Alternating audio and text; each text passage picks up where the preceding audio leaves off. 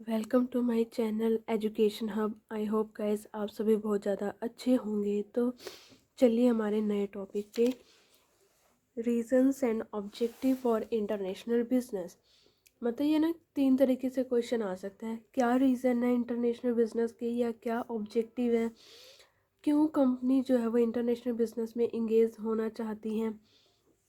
तो आइए first point से हम समझते हैं। To expand sales, to increase its sale is major reason for company to enter in international business। मतलब किसी भी कंपनी का मेन रीज़न क्या होगा अगर वो इंटरनेशनल बिजनेस में एंटर करना चाहती है या करना पड़ रहा है, तो अपनी सेल को बढ़ाना ही उनका मेन उद्देश्य है।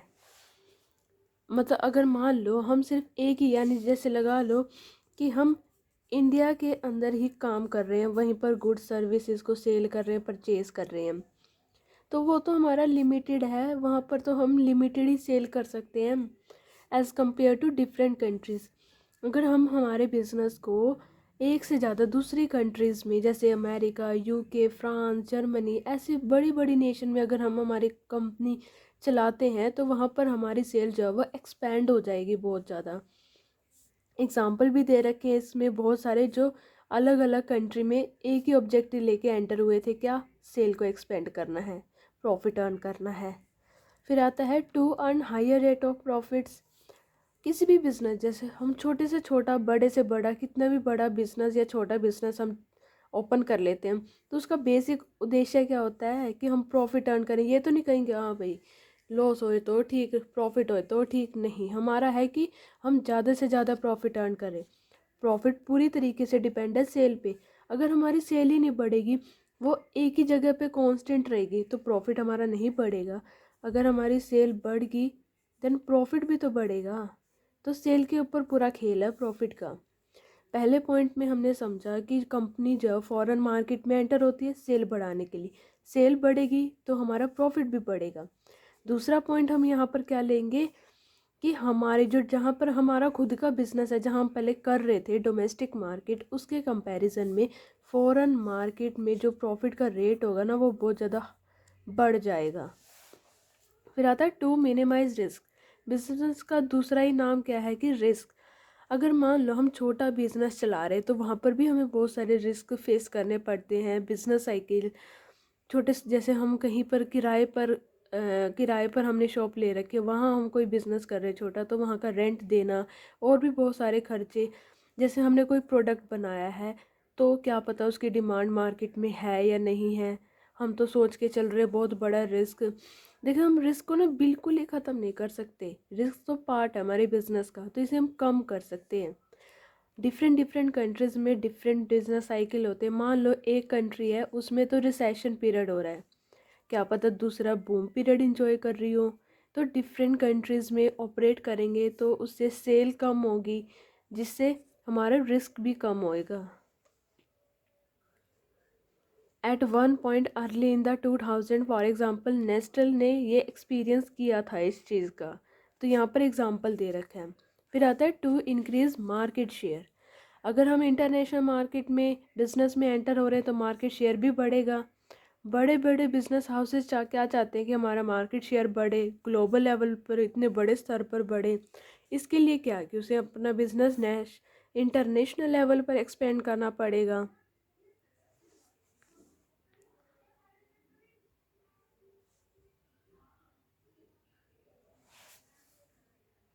नेक्स्ट पॉइंट आता है to avoid higher cost of transportation. अगर हम इंटरनेशनल बिजनेस में भी एंटर हो जाते हैं और हमने ना एक चीज़ हमें एक जगह से दूसरी जगह पर बेचनी होती है, तो उसके लिए क्या है, ट्रांसपोर्टेशन कॉस्ट बहुत ज़्यादा आती है। जैसे ग्लोबलाइजेशन है, उसकी बिल्कुल स्टार्टिंग में कंपनी के अपने बिजनेस को मार्केटिंग ऑपरेशन के थ्रू स्टार्ट करते हैं। कुछ टाइम के बाद कंपनी को रियलाइज़ होता है कि वो कम मार्जिन जो है प्रॉफिट का वो इंजॉय कर पा रहे। क्यों? क्योंकि ज़्यादा ट्रांसपोर्ट की कॉस्ट बढ़ती जा रही है, जिसमें मतलब वो अपने प्रोडक्ट को होम कंट्री से फॉरेन कंट्री में भेजने के, उसमें उनकी जो ट्रांसपोर्टेशन कॉस्ट है बहुत ज़्यादा आ रही। शिपिंग के लगा लो या किसी भी थ्रू जो हम गुड्स भेज रहे हैं, उसमें बहुत ज़्यादा कॉस्ट आ रही है। तो उसके बाद उन्होंने अपनी स्ट्रेटजी चेंज करी और उन्होंने देखा कि जहाँ पर हमारे प्रोडक्ट की ज़्यादा डिमांड है हम वहाँ पर हमारे ऑपरेटिंग यूनिट्स को जहाँ पर है ऑपरेट कर लेंगे, वहाँ पर हमारे बिज़नेस को स्टार्ट कर लेंगे, जिससे हमारी ट्रांसपोर्टेशन कॉस्ट जो है वो अवॉइड हो जाएगी, ज़्यादा कॉस्ट हमारी नहीं लगेगी।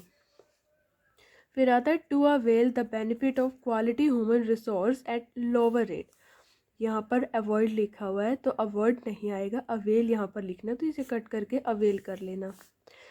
ह्यूमन रिसोर्सेज क्वालिटी मतलब अच्छी क्वालिटी के ह्यूमन रिसोर्स कम से कम रेट पर उसका बेनिफिट उठाना चाहिए ना इंटरनेशनल मार्केट में। तो this is the another reason due to which companies establish their unit overseas. तो ये भी एक दूसरा रीज़न है जिसकी वजह से कंपनी अपने बिजनेस को नेशनल बाउंड्री क्रॉस करके अलग अलग कंट्रीज़ में एस्टैब्लिश होती है। For example in Asian countries specially in India quality human resources are available. Asian country में लगा लो, इंडिया की बात हो रही है यहाँ, जहाँ पर बहुत अच्छी क्वालिटी के ह्यूमन रिसोर्स जो है वो कम से कम रेट पर मिलते हैं यूरोप कंट्री के कंपेरिजन में। तो इसकी वजह से कंपनी अपने यूनिट को इंडिया में एस्टैब्लिश करते हैं क्योंकि वो चीपर है। जैसे कि इंडिया है वहाँ पर पॉपुलेशन बहुत ही ज़्यादा है तो अनएम्प्लॉयमेंट भी ज़्यादा है, जिससे जो मल्टीनेशनल कॉरपोरेशन है एमएनसी है उन्हें लेबर ईजिली मिल जाते हैं। फिर आता है to take advantage of international business in domestic market.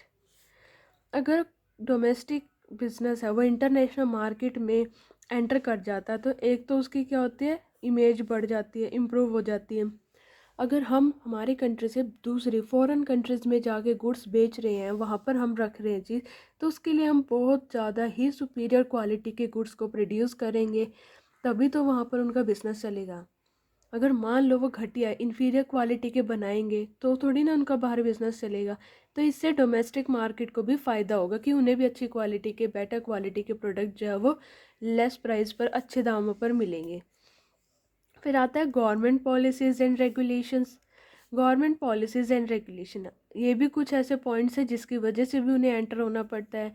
तो इसमें ना दो तरह के फैक्टर होते हैं, पॉजिटिव और नेगेटिव, जो इंटरनेशनलाइजेशन को मोटिवेट करता है। पॉजिटिव फैक्टर मतलब बहुत सारे इंसेंटिव जो है गवर्नमेंट अनाउंस कर देती है, जिससे वो इंटरनेशनल बिजनेस को प्रमोट करते हैं या उन्हें इंक्रीज़ करने की लिए वो ये सब फ़ायदे चीज़ इंसेंटिव्स प्रोवाइड करते हैं। कई बार क्या होता है कंपनी जो है वो फॉरेन मार्केट में मूव हो जाती है, क्यों, क्योंकि कुछ रूल्स और रेगुलेशंस है, तो इसलिए ना वो दूसरे में एंटर हो जाते हैं जहाँ पर वो ईजिली मतलब जहाँ पर उसे पॉजिटिव फैक्टर लगते हैं ना पॉलिसीज़ और रेगुलेशंस के गवर्नमेंट के, वहाँ पर वो एंटर हो जाती है।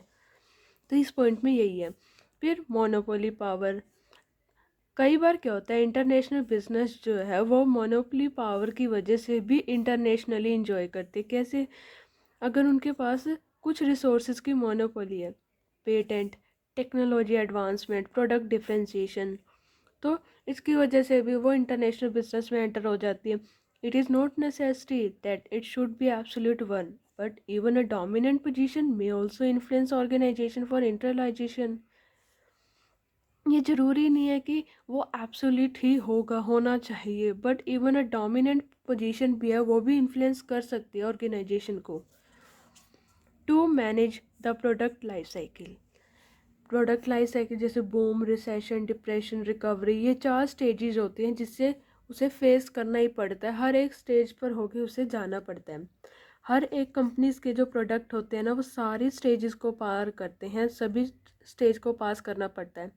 जब प्रोडक्ट जो है वो लास्ट स्टेज पे यानी डिक्लाइनिंग स्टेज पे आ जाता है ना एक कंट्री में, तो उसके लिए ज़रूरी हो जाता है वो कंपनी जो है वो नई मार्केट में एंटर हो जाए, जहाँ पर पूरा पूरा साइकिल जो है दोबारा से स्टार्ट होगा। इसमें एग्जांपल है एक जापानीज़ कंपनी है सुजुकी, जो इंडिया में एंटर हुई थी 1980s में अपने 800 सीसी व्हीकल के साथ, जो उनकी खुद की कंट्री यानी जापान के अंदर वो लास्ट स्टेज पर थी, मतलब डिक्लाइन हो गई थी, उसकी डिमांड ख़त्म हो गई थी वहाँ पर, तो इसलिए वो इंडिया में एंटर हुई थी ताकि दोबारा से स्टार्टिंग होगी। तो ऐसे ही एक और एग्जांपल दे रखा है। आई होप गाइज आपको ये पॉइंट क्लियर हुए होंगे। अगर आपको एक भी चीज़ यहाँ से समझ ना आई हो तो आप कमेंट में बता सकते हैं, मैं आपको वो पॉइंट नेक्स्ट वीडियो में कवर कर दूँगी।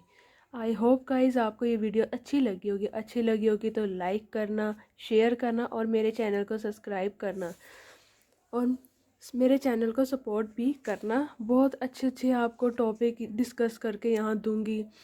आपको अगर कोई इससे अलग भी टॉपिक चाहिए जो आपको पॉइंट ना समझ आए, वो भी बता सकते हैं, उस पर मैं सेपरेट वीडियो आपके लिए ला सकती हूँ। Thanks for watching my video.